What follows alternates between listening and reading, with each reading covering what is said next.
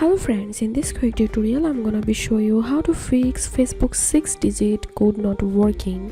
But before getting started this video, make sure to subscribe. How to unmute it.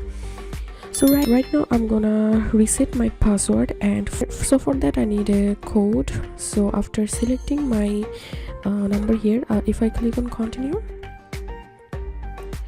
and here we can see enter the code we sent to the number, but I have not received any code or any number from Facebook. All we have to need, open your phone settings and scroll down, and from here open app management, and now open Facebook, and from here click on permissions, and here you have to give permission for all this option. So turn on this permission on and go back, and now click on storage usage, and from here you have to click on clear data.